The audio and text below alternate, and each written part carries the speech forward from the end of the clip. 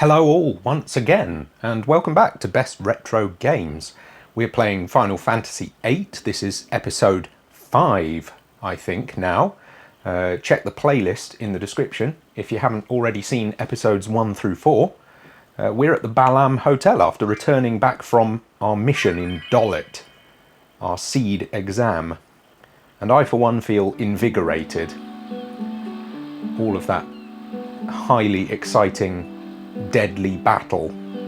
So it's all quite nice here, but there's nothing much to do. So let's go out into the town of Balam. We will make our way back to Garden during the course of this episode 5, but first let's look around a bit, and I think when we're on our way back we might engage in a little bit of recreational battling to draw some magic from some foes and build up our powers a little bit. But we're going to try not to get too obsessive about it. We're just going to enjoy ourselves. Take it easy. It's the name of the game. Let's have Selfie draw some thunder since it's junction to her. Well done, Selfie. Selfie, 10 thunders. Well done, Selfie, 10 thunders. Hi, Zell. How are you doing? Hey, how's it going? You know me. I'm always good. Zell's a local, and we're going to go and visit his mum. I don't know if we can this early in the game. I think we might be able to. In here is the weapons store, if I remember correctly. Balam Junk Shop, of course, right, it's a junk shop because we can remodel our weapons by combining various junky items like screws and bits of metal and stuff, I guess. But first we need to read our Weapons Monthly magazine, which we found or won in the previous episode.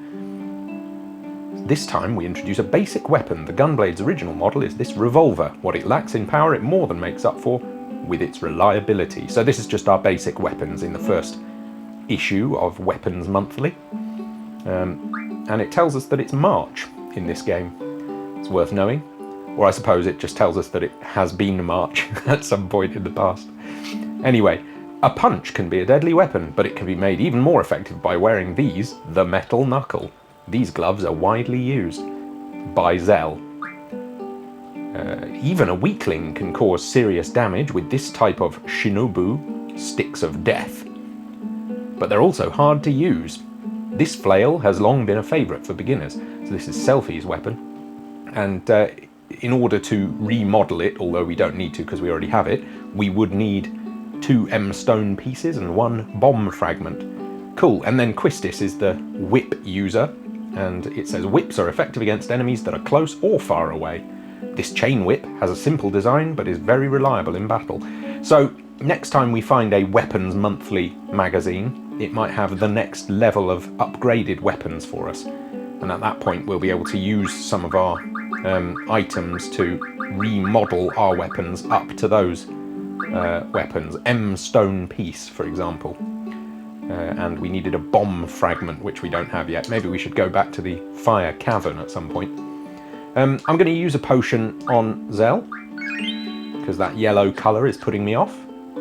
And I'm going to go into the GF menu, because in that battle at the radio tower in Dolet with Elvoret, we acquired a new Guardian Force, Siren. And this is her. So, first things first, let's ask Siren to learn Boost, which only needing 10 points is my first protocol. It seems like a good, quick, easy win. But there's another few interesting abilities to learn here. Move Find gives us access to hidden save and draw points through the game, so that would be cool. We've got Tool Refine, which I think will give us some of the items we might need to upgrade weapons by refining other items. Status recovery, life and recovery magic, so cures and that kind of thing probably. So lots of cool things we can use the Siren's ability for. But for now, let's learn Boost. And let's junction Siren to Zell, because as I said in a previous episode, I'm going to try and buck the obvious trends of gender and ability to give everyone a chance to express themselves in different ways, and Zell being the sort of brash, masculine one amongst us, I would like to help him learn to be more than just that. So here we go, he can be mates with Siren, and that gives us an opportunity to add elemental attack or defense magic. So if we use 9 Esunas, we get 1% protection from all sorts of different status problems like poison and that kind of stuff. Almost not worth it, is it? So let's not worry about that. And we don't really have any other status magic. I think we drew some blind, didn't we, from the draw point in the radio tower, but we won't worry about that for now.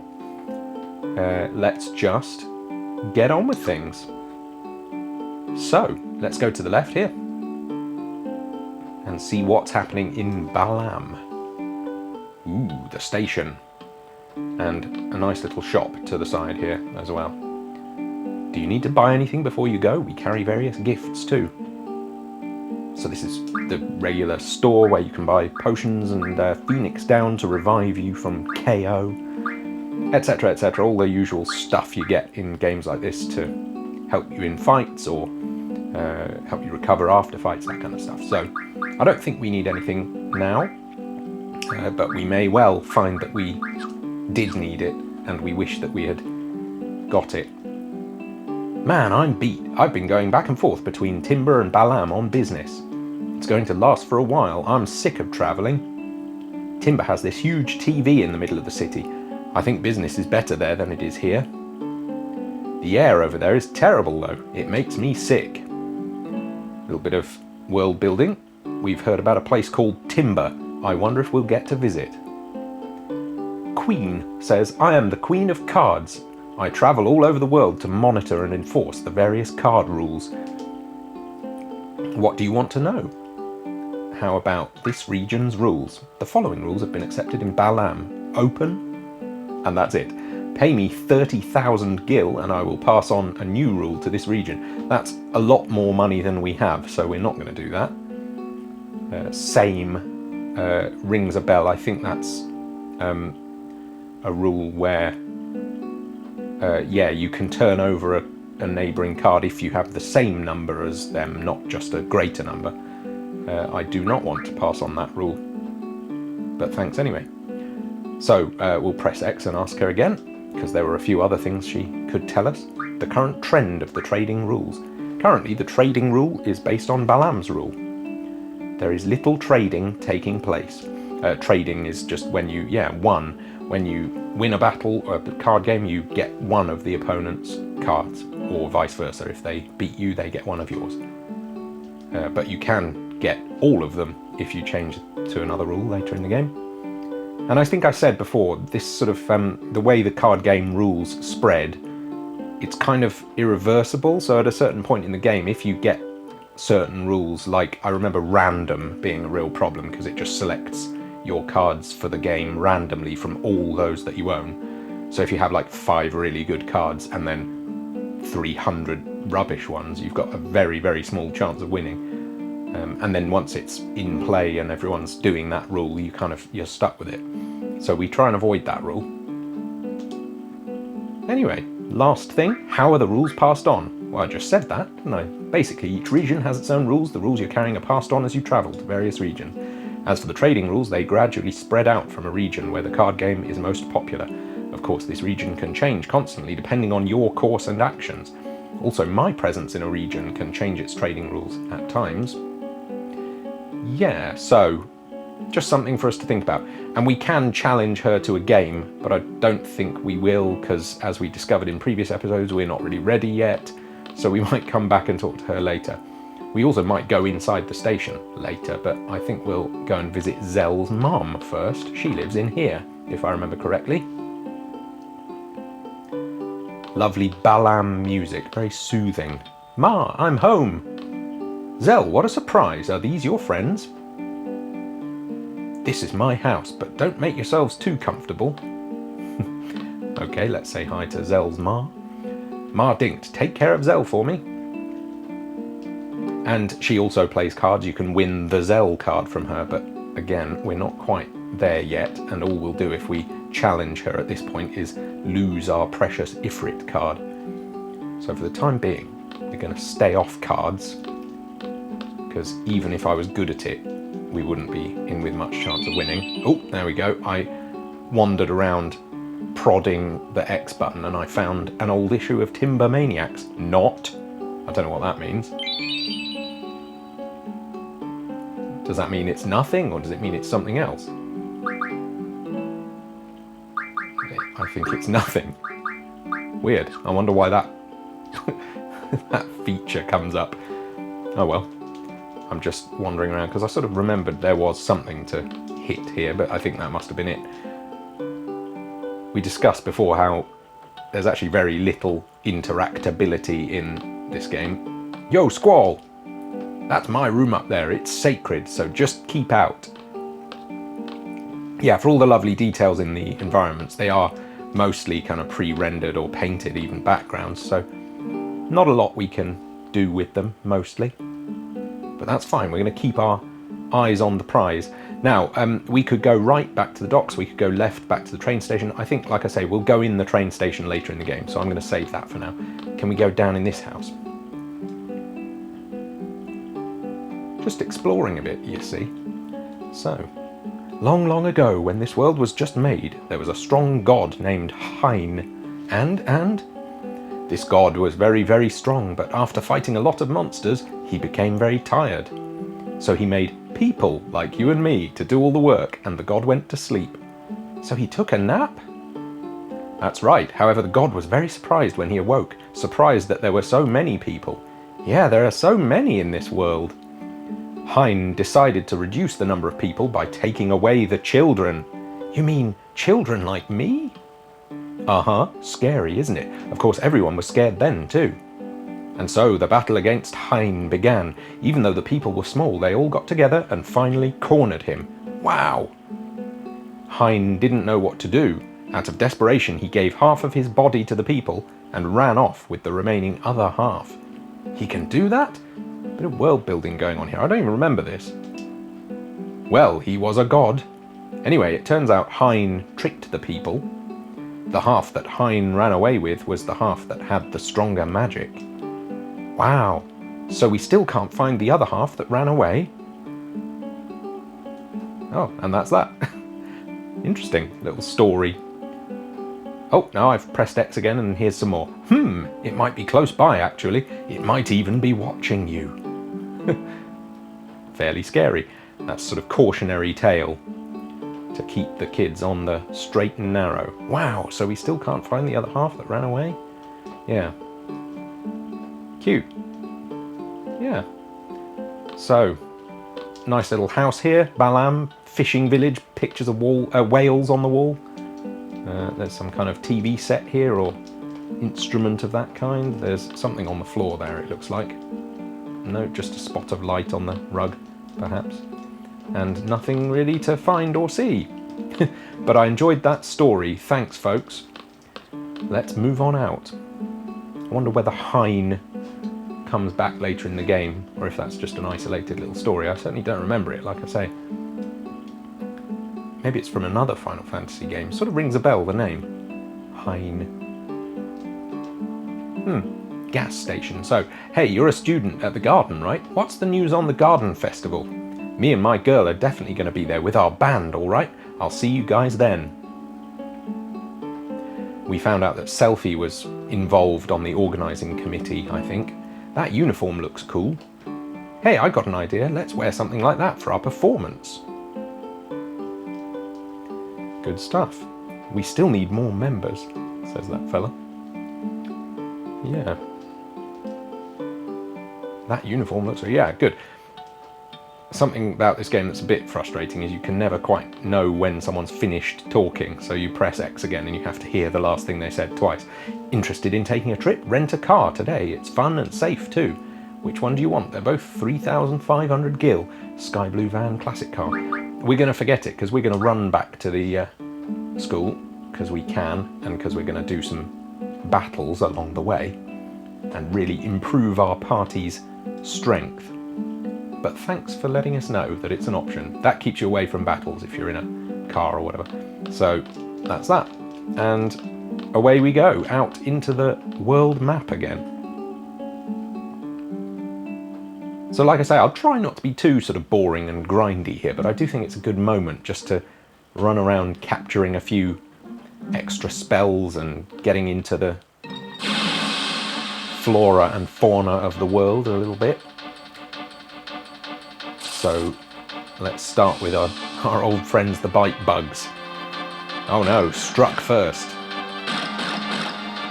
They're gonna really cause us trouble if they do that often enough. 9 and 20 damage. Outrageous. Right then. I'm just, as before, doing away with one of them, and then we'll draw from the remaining one. So let's see. Oh, no more space to stock fire. Let's stock some scan instead. So Zell must have 100 fire already.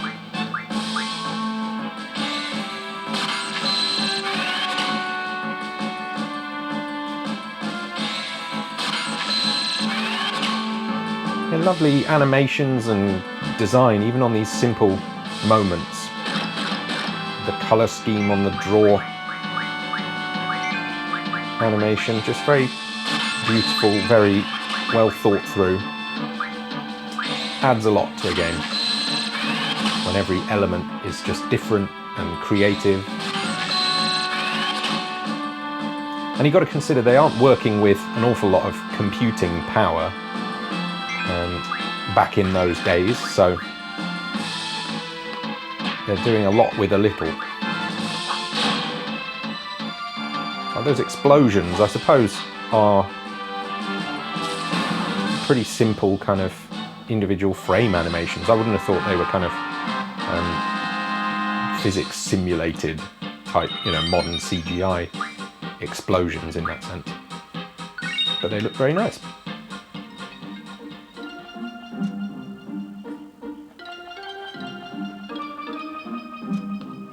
So into the forest we go. This is where we can encounter Caterpillar and maybe win another card, since we lost our Caterpillar card.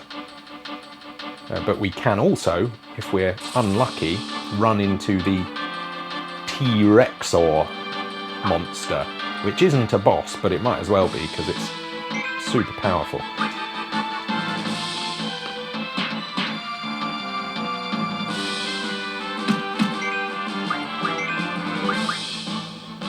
So same again, we're going to eliminate the annoying little bite bugs, I hope. Just check if they've got anything different to draw. No, just fire and scan again. So let's get rid of the bite bugs, both of them, and then we'll draw some stuff from Caterpillar, some cures and stuff. Make sure everyone's got lots of cure. And then we'll be in a very good position going forward, because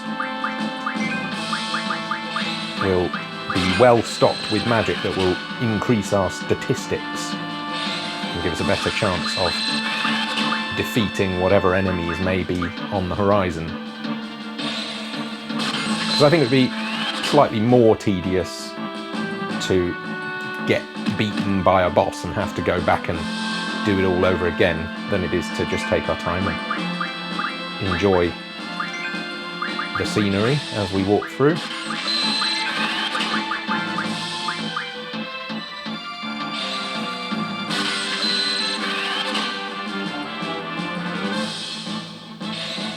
Again, the colours on that Caterpillar, very appealing. Lovely bright, contrasty pink and green and purpley blue. It's sort of almost realistic, natural colours, but just slightly heightened, oversaturated, emphasised. Kind of cool. I saw somebody posted on the internet recently that they'd seen a real-life caterpillar that was very similar in colouring. So let's get this dude before it's too late. think we're going to do an attack from Selfie. I'm kind of waiting to see if Selfie's limit break comes into play.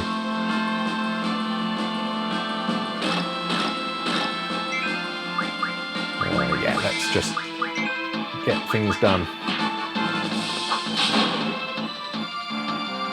Very dramatic squall. Whoop. And I hope this round might do it. There we go. All sorted, never in doubt. Sometimes these battles in this game can get pretty tense when you're fighting the bigger and more complex boss battles later on, but to be honest, early on the monsters are a bit more of a formality. I suppose that's good in most games to be, you know, safe and comfortable and easy to learn the ropes at the start. So let's go up towards the cliffs here, and we might meet a icy, what's it called? I forget what they're called. We'll scan and find out, won't we? Yeah, that's a new noise. Hello, blue thing. Very creepy. Somehow they've made it look gelatinous as well. I don't know how they've done that. So let's scan right away.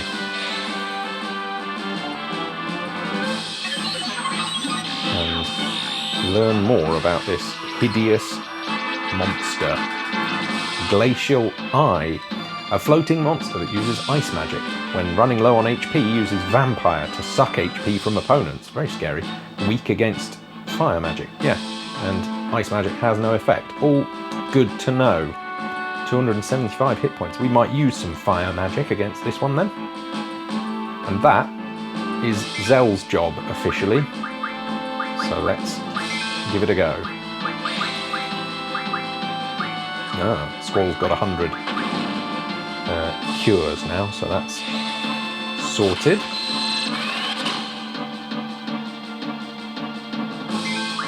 We don't need to be too particular about this stuff. 99 is basically the same as 100 in terms of what we need.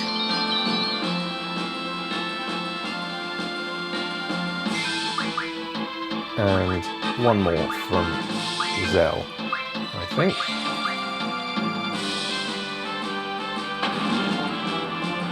There it goes.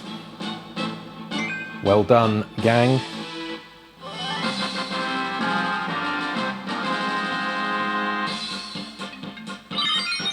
And upper level goes Squall.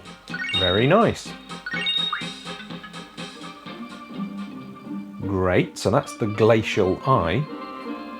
I want to make sure we've had a bit of a chance to see all the different types of monsters around this map, so I'm going to go down to the beach now, because I happen to know there's one more over there.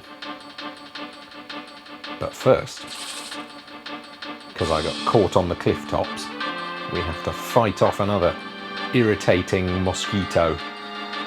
That would be a much better name, I think, irritating mosquito. Much the same in nature as bite bug, I think.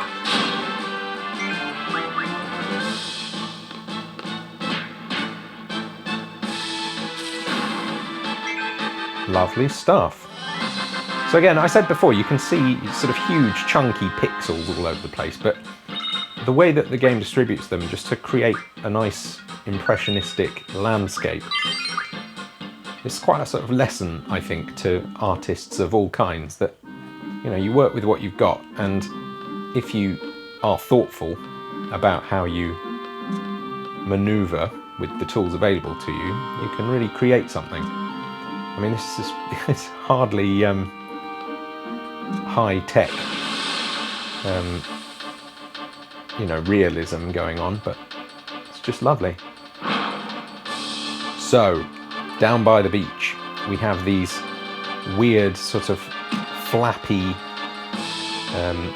fins poking up out of the sand, and a question mark to draw. What could it be, I wonder? It's sleep. Let's have a few sleeps. That seems like fun. And while they're in the ground, I don't think they take very much damage. I'm not sure if they deal out much damage either. They did just hit us, but I didn't really pay attention to how much hurt they gave us. Anyway, that one's popped up. 25, yeah, about the same. Cool. So, let's have some more sleeps. Oh, I'm not following my own rule here. I'm supposed to defeat one of them before focusing on the other. So, let's defeat the one that's popped up and shown itself. Because once they're up, they're more vulnerable. Ooh, into the yellow goes Squall. Maybe I can Renzo Kuken in a turn or two. It's an interesting sort of culture exchange with these games because they are kind of made with a Western audience in mind, I think, at the very least, if not kind of expressly converted or designed for Western audiences. But they've got these kind of Japanese cultural ideas and mores and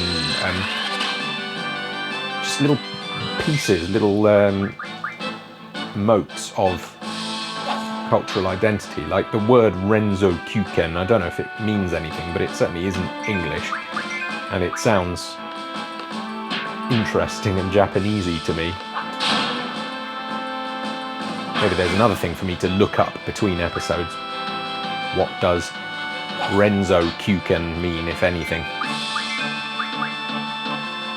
Because these things tend not to come out of nowhere.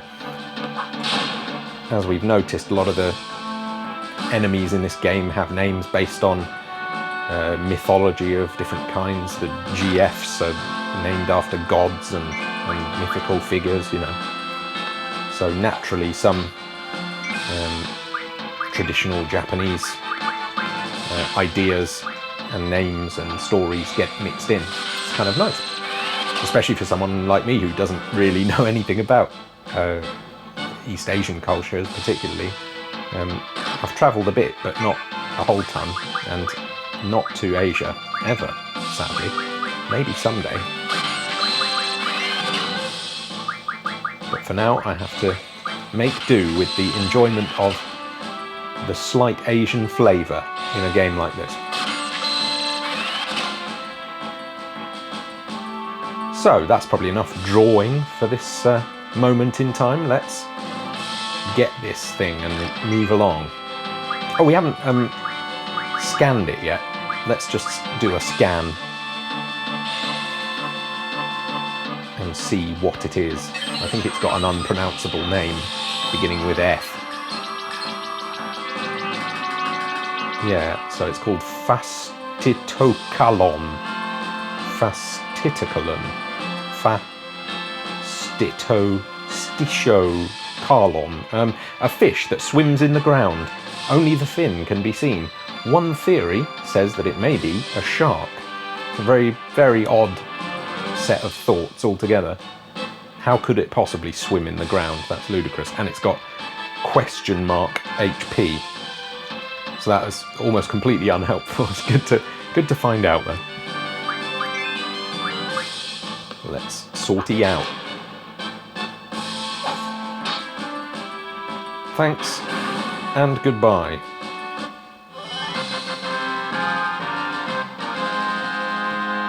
Superb. There we go. And we've got some fish's fin and a Fastitokalon F card. And the GF received 6, so Siren learned boost. Great news.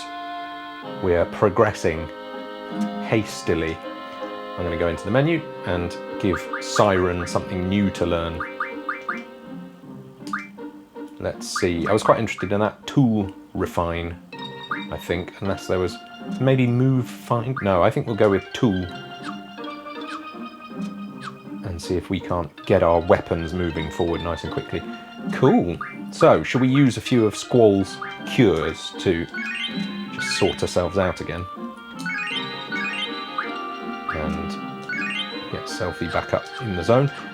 Great. I think I might try and find an enemy that we can use Siren against, just so we can see the animation. Let's wander around on the plains for a moment. See what we see. It's a couple of bite bugs. Let's completely overdo it by giving them a taste of Siren. I'm going to just let Zell go first. And then I'm going to draw.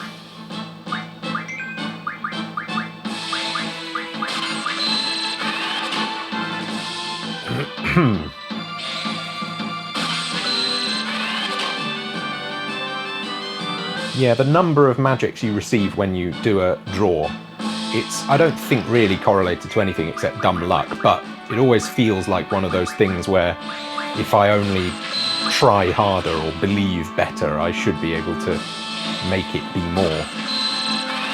You know, one of those sort of false deterministic feelings, like when you think that you're doing whatever it is, but really you're not involved.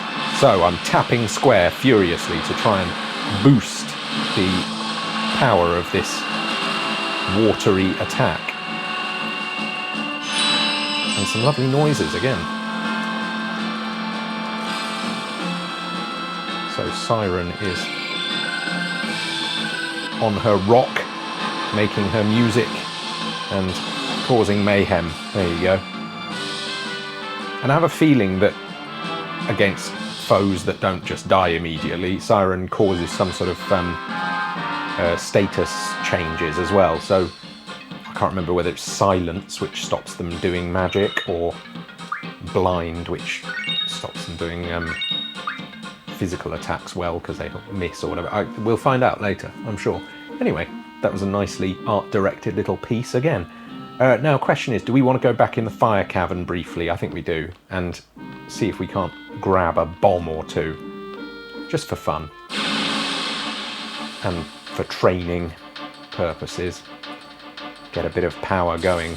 They're sort of the most serious opponents we can really find in this area, except, as I say, the rare sighting of a T-Rexor in the forest there, the Forbidden Forest.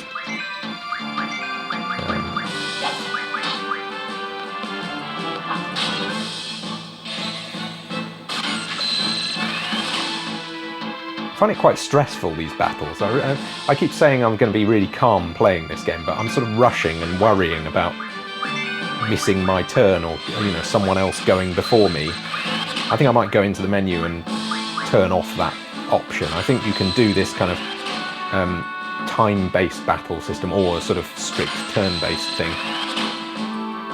where once someone's bar is charged up, everyone else's stops while it waits for you to make a decision. That might be better for me, because, as I said, my brain doesn't really work quickly, if indeed it works at all. Again, forgetting my best practice, which is to deal with one enemy and draw from the remaining one. When they're as puny as these, it's hard to worry. I've not used the word puny in quite a few weeks in my normal life. It's another of the fun things about fantasy games, is they immerse you in a reality not your own. You find yourself using strange, magical and medieval language.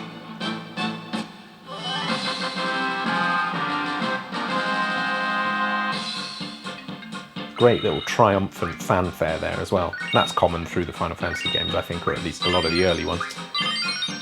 That Ematsu fanfare. Lovely stuff.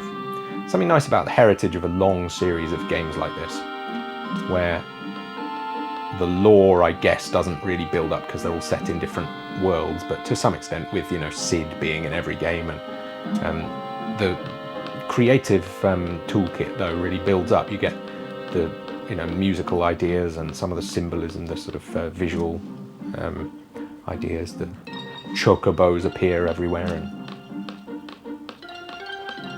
it becomes more than just a game. It becomes a bigger idea.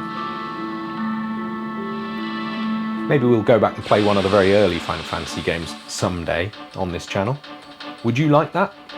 If you would, feel free to comment and say so. And if you want to say anything else, please feel free to leave a comment. It's lovely to get comments, and I'd love to hear how you're all doing today. I'm doing great, thanks for asking. As we know, Buell, completely puny. The puniest, I reckon. I've never seen punier.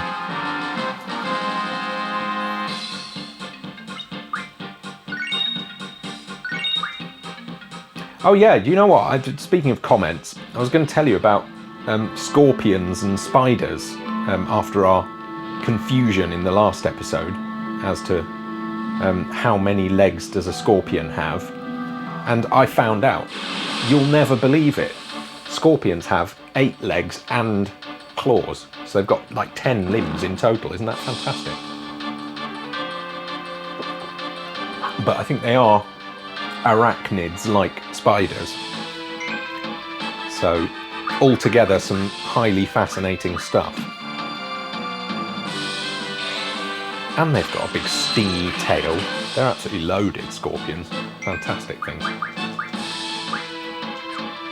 Right, we're just going to attack with Zell, because Zell is all stocked up on fire. Actually, we might use some ice magic if Zell's got any. I hope he does. Because that'll do away with one of these bombs nice and quickly, and then we can focus on the other one a bit more. Yeah, here we go, Blizzard.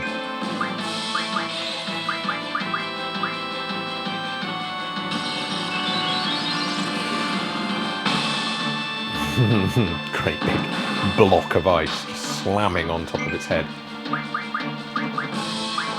Exciting stuff. Not for the bomb, obviously, it's a bad day for the bomb. There you go, you see 3 fires. I just don't feel like Squall's trying hard enough. I've pressed the button a bit harder there, so maybe Selfie will draw more. Or maybe Zell will just... Yeah, you see, Zell is overpowered at this point because we've chosen not to follow patriarchy's masculine expectations of him. And now he's doing the business because he dared to dream outside of the norms of society. Check it out, Quetzalcoatl learned card, which will come in handy. We're going to change some beasts into cards now. GF Shiva learned strength junction. That's wonderful news. Let's take advantage of those things now then. So we're going to junction Squall, magic, strength. And using, we're going to go up from 20. Using fire, we could go up to 24. Scan's no good. Double is the one we want though. That's why we collected all those doubles. We're going to put Squall's strength all the way up to 30. Fantastic news. Great work, everybody. And while we're at it, I might just make sure that Squall has everyone else's doubles so that he's got 100. Did we get doubles? Selfie didn't get any doubles. Did Zell get any doubles? Maybe we already transferred them over. I don't know. I forget. He's got all of them. Anyway, what else was there to do? GF Quetzalcoatl needs something new to learn.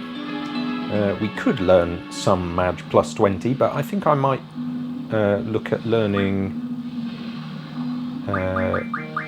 something a bit more fundamental. What we're going to do is focus on these ones that allow us to opens up the possibility of junctioning to different stats and give us a bit more of a power to use those magics we're collecting. So vitality junction for Shiva, same thinking. We're going to get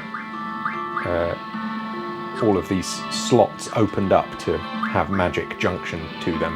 Oh, and Ifrit's almost learned Stra plus 20, so that's good. And Siren getting on well with the old tool refine. So yeah, the only other thing then is to have Zell use the ability card, which means we have to turn off one of these two, and since he's our magic user, actually I'll tell you what, we're going to junction Quetzalcoatl to someone else. I think. I think we're going to give Selfie a go. Oh, and that opens up magic junctioning for Selfie as well, so that's good. Not that we're going to use magic with Selfie, because she's just a brutish beast in our interpretation of the game, but cool. Yeah, well, let's go for the fire then, because the thunder's already in use. And this is elemental attack, so we could give our attacks an elemental flavour, a slight icy flavour or a slight fire flavour. Not for now, we'll leave that alone. What we really came here to do is have Selfie use the card thing, and I think we'll replace the ability to summon the Guardian Force, because we're not going to use that at the moment. And here we are. So now, in battle, if we meet another bomb, we should be able to convert one of the bombs into a card. I don't really need to go deep into the fire cavern. I think it might be more annoying than cool if we go deep in and then have to battle our way out for 20 minutes, so let's stay in this area. A little tickle in my throat there. So, Selfie's going to use card, and we're going to see if it does the business. Usually it doesn't, as I remember. You need to sort of give it 3 or 4 or 5 tries, but that's fine by me. Oh, powerful now, Squall's attack, because we junctioned all that. Or did we? I don't remember. Did we junction something to strength for Squall? No, we junctioned double to magic, didn't we? I really should pay attention, shouldn't I? I don't know what I'm talking about. Anyway, card. There we go. We're going to give it another go with the old card making. Have we a card? Yes, we have. On the second try. That's pretty good. So, we received a bomb card, which I think we did not have before. Or did we? Maybe we already... Oh, you see, I'm losing the plot. There's so much to keep track of. All this magic, these items, the cards, the GFs. Let's see. Yeah, we did have a bomb. Now we've got 2. So it goes.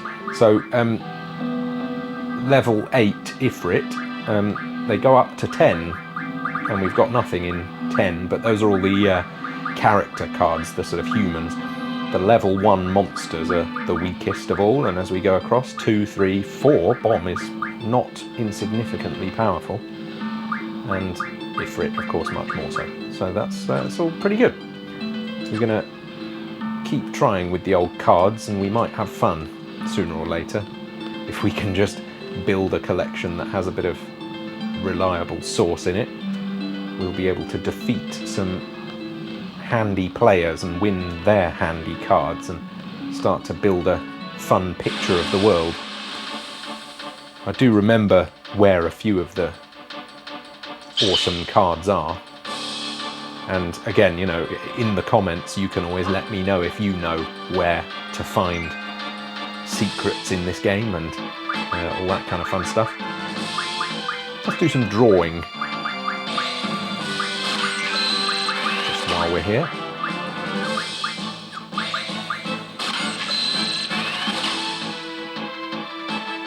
Let's talk a bit about the sound design as well. There's so much in that moment where draw happens, and like I say, in every little moment in this game there's just something lovely, something thought through, something textured and detailed. So you've got the sort of metallic twinkly stuff at the front end, you've got the kind of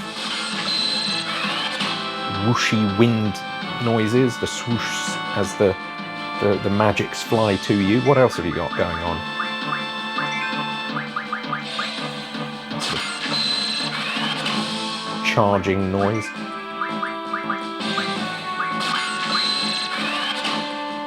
A little click at the end to sort of signify the collection, that at the end. Lovely. And also there's kind of overtony rises, those sort of noises. Great stuff. All in one, 2-second event.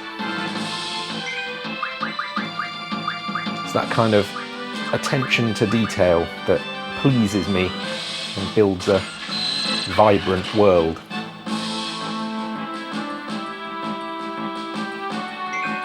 Alright, that's enough. Off you go, Buell. Thank you for your input.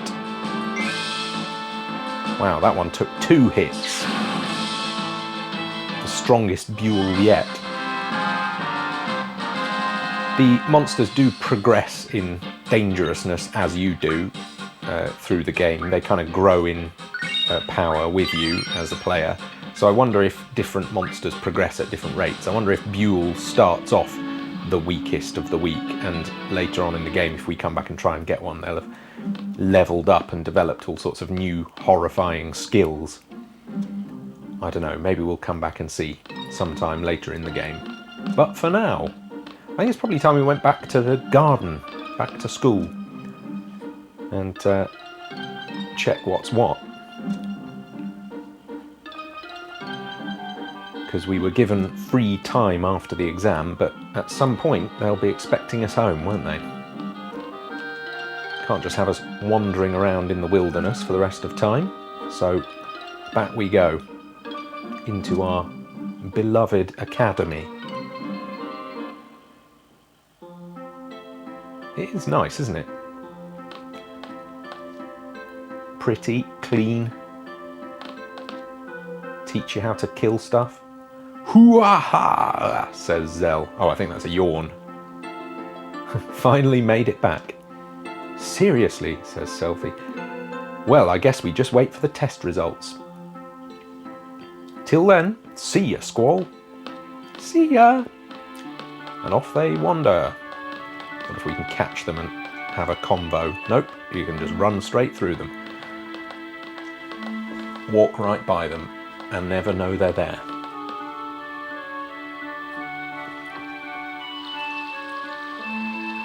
So, here we are, back at Balam Garden. It's our kind of home base at the start of the game. It's our safe place. And a lot of great stories have this kind of home that feels safe to the characters. You've got the Shire, isn't it, in Lord of the Rings. That kind of thing. You've got safety in the known, and that is where the hero's journey begins. And once they are forced out of their home, they go into a period of development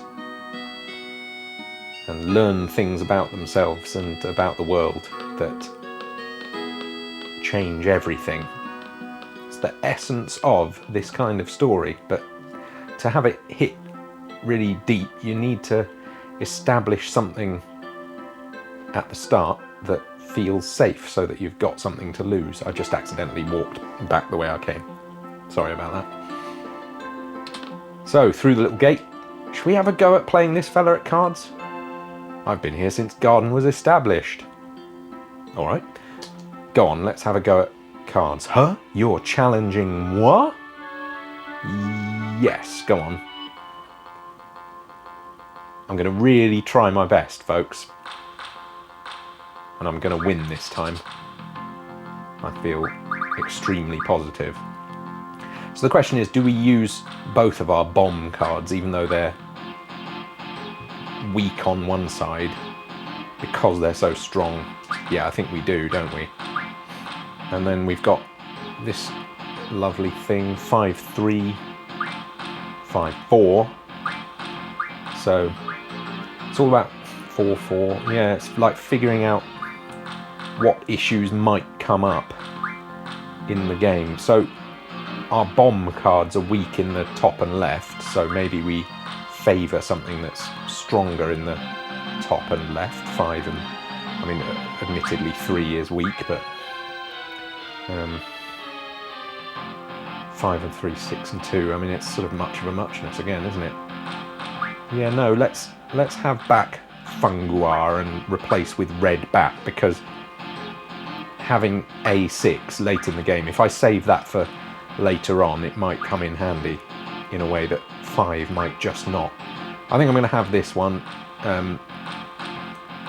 although I'm sort of weak on the left all the way through, aren't I? So maybe a Gizzard with 5 to the left is not a bad idea. I tend to avoid ones where the strong numbers are opposite each other, because then you're always weak in one direction. Oh well, we'll see. Oh gosh, those are some strong cards. Oh, but an interesting, like, quite a poor start from this fella there. Okay, let's think about this. So that 3 is exposed to us, but the only card we have that could turn it, besides Ifrit, is our Gizzard, and if we play it now, we'll leave our 1 exposed, and that's no good, right? Although all the remaining cards that our opponent has would be unable to turn the 4 on the right hand side of our Gizzard. So we'll think about that later, but I think what we'll do for now is we'll put Ifrit here, because that is unturnable by any of this person's cards. Oh, and they've closed off that opportunity for us. Never mind. What we could do now is use one of our bomb cards to turn that one over.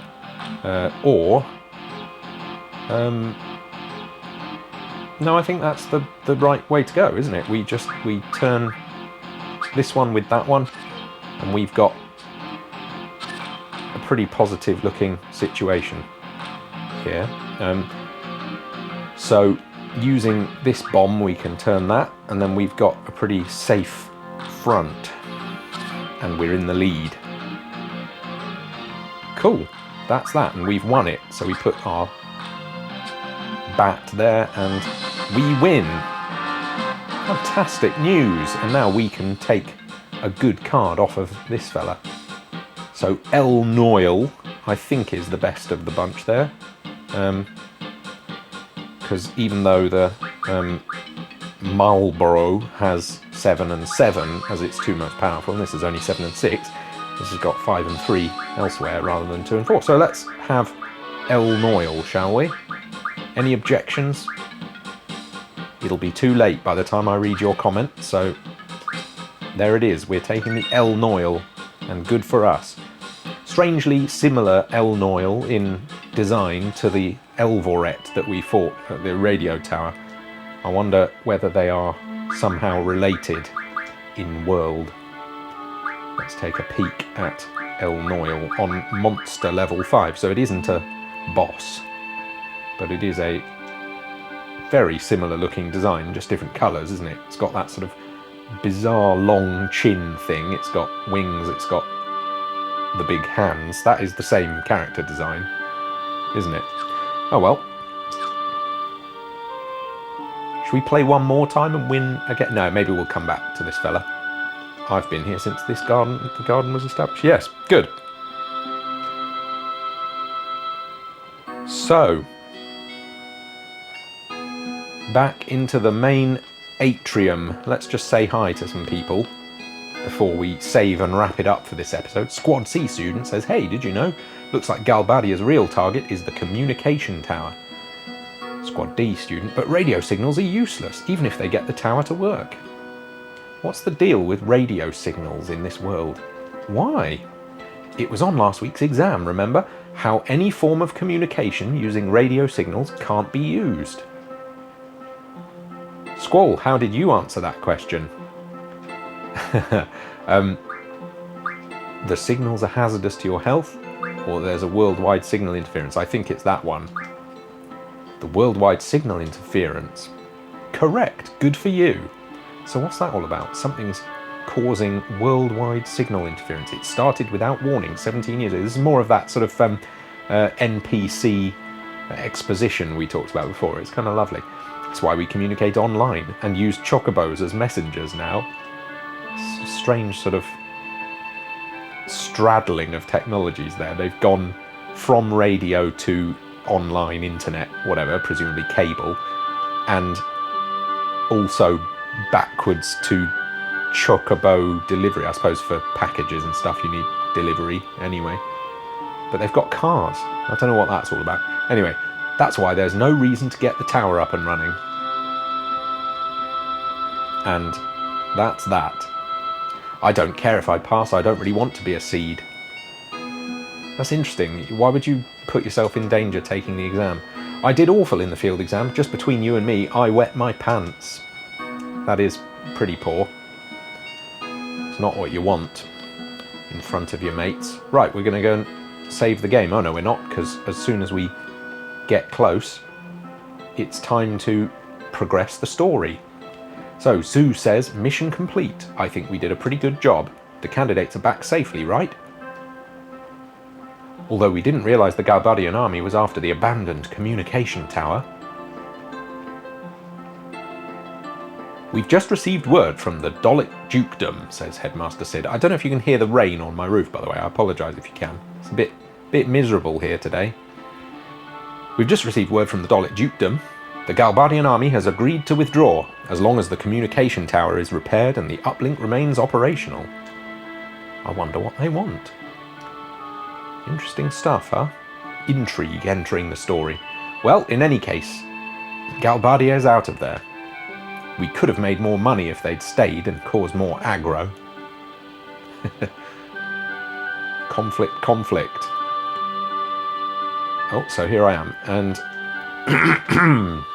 I can say hello to Zoo, and she says, hey, you did pretty well. Of course, he's my best student. Flirty Quistis. He's not very social, though. Just always pushing buttons. She's all about it. The results for the exam should be announced soon. Just stick around here. All right, very good. How about SeeD? How did it feel out there on the battlefield? Interesting questions that I'm sure don't really have any consequence, but I'm not going to say whatever, because that's sort of rude and dismissive. I don't want my squall to be that way. Scared to death. I mean, that seems reasonable, but I think I'm supposed to say felt good, because he's a bit sort of keeping his true feelings to himself. So, to actually fight, it was a good feeling. That's the spirit, but don't let it go to your head. Okay, fair enough. Well, I'm just glad nobody got hurt. Fair play. I wonder if we can play cards with Zoo. Hey, you did pretty well. No, apparently not. Quistis? Nope. And I know SeeD does play cards, but I think you have to go to his office later on in the game, and yeah, so no chance now. So, I really can't use the save game point yet. I think I have to try and leave up the way rather than down the way to get the next bit of story going. So let's see. Oh no, I'm able to go this way. So maybe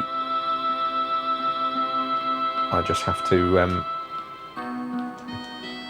try and go out the way I came. Hey brother, how was it? Ouch, if it weren't for my chronic back pain. You always say that. So the little kid's razzing his big brother. How did you do, Squall? It was okay. I see, but I imagine you did just fine. Yeah. I get another chance. Just as I thought, my brother should be more like you. Cool. So, poor brother. I would have done better if I was in better shape. Yeah, okay, can we play cards with this fella? I'm pretty sure this kid in the blue shirt can play cards, and I think that it's there's a sort of special card in play as well, so I'm going to take a risk. Now I've won a game, I'm all overconfident, and I'm going to try and play to defeat this fella and get a special card. So we're going to start with our most powerful cards. I think we will just have both bombs again, and what did we think was good? Maybe Gesper, but that's strong in the same places as the bomb, so yeah, I don't know that it matters really. I think that's just a sort of moot point. So this person's not using their powerful card yet, but that's fine. We're going to turn this with... or are we? Yeah, we are. We're going to, and then he's going to turn it straight back, but that's fine. With a cockatrice, I think that thing's called. Super. Right. So let's again go for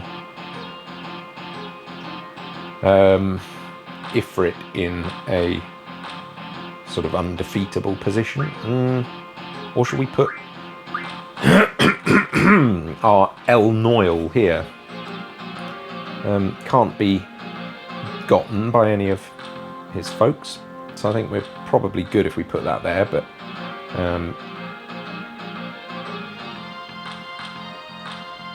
maybe we should just turn this thing over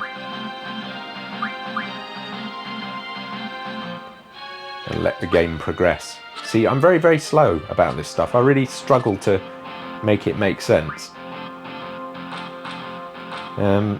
Right. Do I want to just... Yeah, see, I might just be playing into a sort of draw here. I'm not sure. Because that can turn, and then... but look, that thing's weak on two sides, so I need to put this here, turn it, and then I'm looking good, I think. Yeah, good, good, good. I apologise. All of you at home are probably thinking, why are you so hopeless? And I know I am. I apologise. I really do. So Grat, very weak to the left and right, and pretty weak to the bottom, but a 7. I mean, Buell, implausibly strong at the top, but yeah, all of these are a bit sort of rubbish, really. But we'll just have one that we don't have. I think we'll have Buell, since I've made such a point of mocking it. I think we've already got enough strongish cards that we might never have to use Buell anyway, so... Fine. Very good. Alright, what happens if we try and go up the stairs here?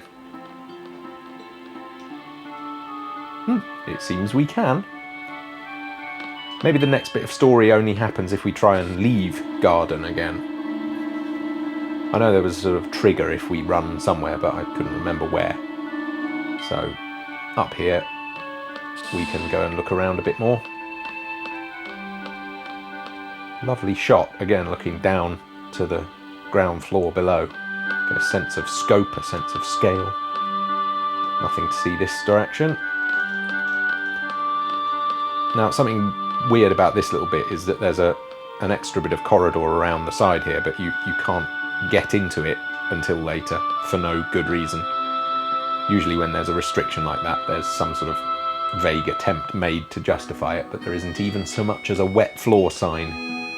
Never mind. Trep Groupie number 3. I can just picture Instructor Trep fighting for you. Instructor Trep has defeated 9 enemies, and I had such an innocent image of her. Oh, let me give you your stats. You've defeated 25 enemies, but I don't even care about you. Fine. You better not have caused Instructor Trep any trouble. Maybe a little. Are you really looking out for Instructor Trep? I know you know. So far you've been knocked out 0 times, and Instructor Trep has been knocked out 0 times. I'm doing okay so far, aren't I? These Trep groupies, at least one of them can play cards, and they've got the Quistis card. But again, I'm pretty sure because Quistis card is so powerful, I probably won't win. Go on, let's just give it one more try. I'm so over my head. In too deep.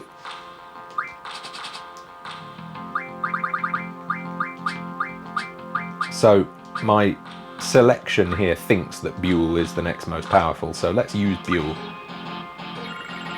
Oh, interesting collection there. There's some somewhat powerful things, but I think I'm equal to the challenge today. I'm not going to turn that card immediately, even though I could, because it will expose me either with Ifrit or El Noil, or no, but what I'm going to do is instead my favourite safe opening move. Pop Ifrit in there, and then we're relatively safe. And, oh, that's a nice opening for me. I can use my El Noil to turn that, and then I've got a 7 on both of those cards to keep me nice and safe. Oh, and that's a very interesting move you've made there, because, haha, good old Buell can cause trouble. Fabulous, and I don't think it really matters what I do now. I've just won, haven't I? So, pop that there. You do that, and I win easily. 7-3. Fantastic. Oh, it's such a release, such a thrill. Some sort of strange yellow robot. Quite strong on all sides, that's an interesting one. Another robot, Sam08G. Got a bit of a weak spot. Ruby Dragon's got 2 7s, but they're opposite one another. And yeah, so I think I'm going to have Gim47N. Thanks very much. Strange looking thing. It's got a sort of like a nautical bay door wheel for a head, it looks like. One of those things that the fella on the Titanic movie couldn't turn in time and shut the door, you know. Maybe you don't know, maybe I'm talking rubbish. Who knows? I've been at it for a while now. It's probably time to pause and take an episode break, but I need to find a save point first. No, I've never caused her any trouble. There we go. Good. So, I think I may actually be just wasting my time, because there's a save point at the dorm, isn't there? So let's go round to the dorm and save game.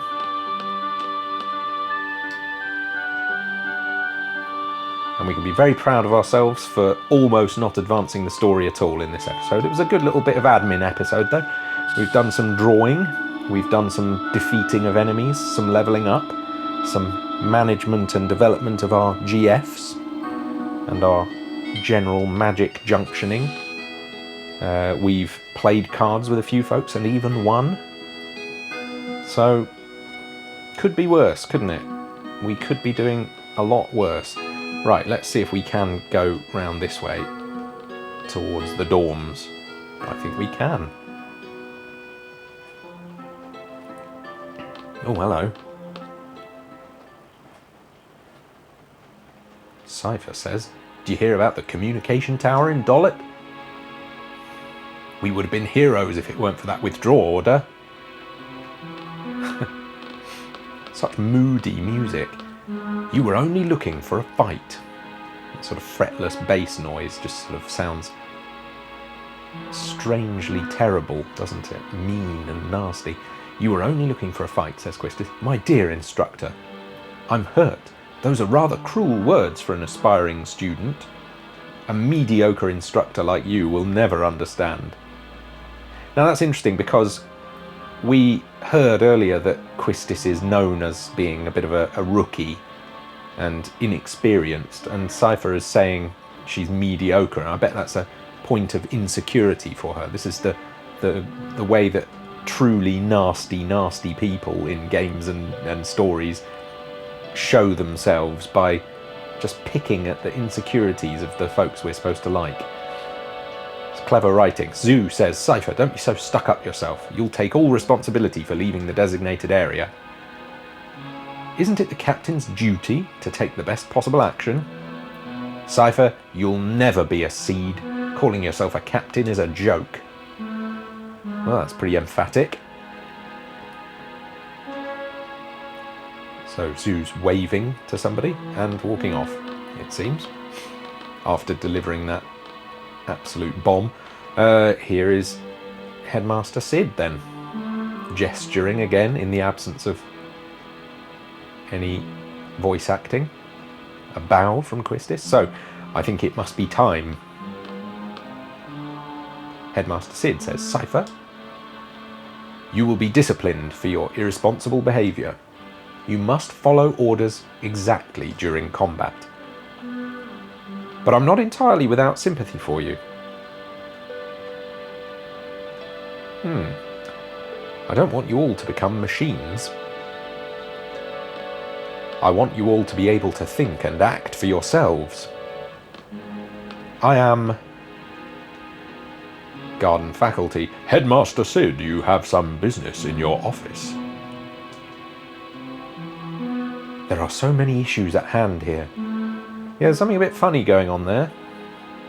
It felt like SeeD wanted to say something more and can't, now that that robed fella is there in the background.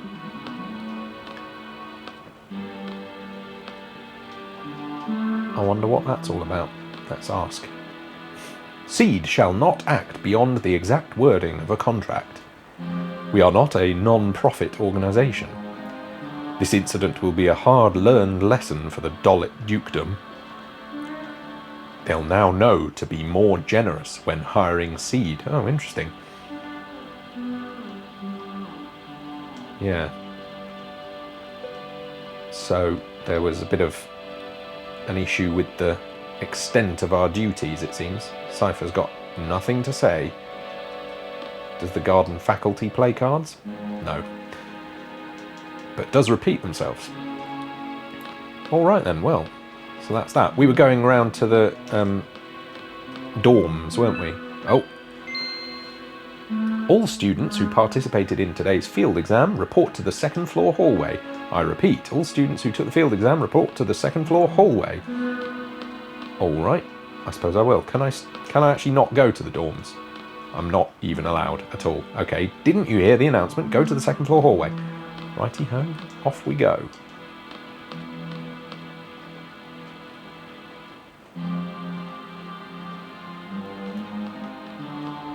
And another garden faculty to chat to. Didn't you hear the announcement? Same exact words. Can I at least just... Yeah, there we go. So now we can save the game and come back in the next episode for our results from the exam. And I don't know about you, but I am on tenterhooks. I hope we passed. Cypher definitely didn't. But he's a big bad meanie, so serves him right, doesn't it? Alright, that's enough for episode 5. It's been really nice to be with you on Best Retro Games. Thanks for watching, and do leave a comment if you're here, and a thumbs up, and share with your friends, and all that kind of thing. See you again soon.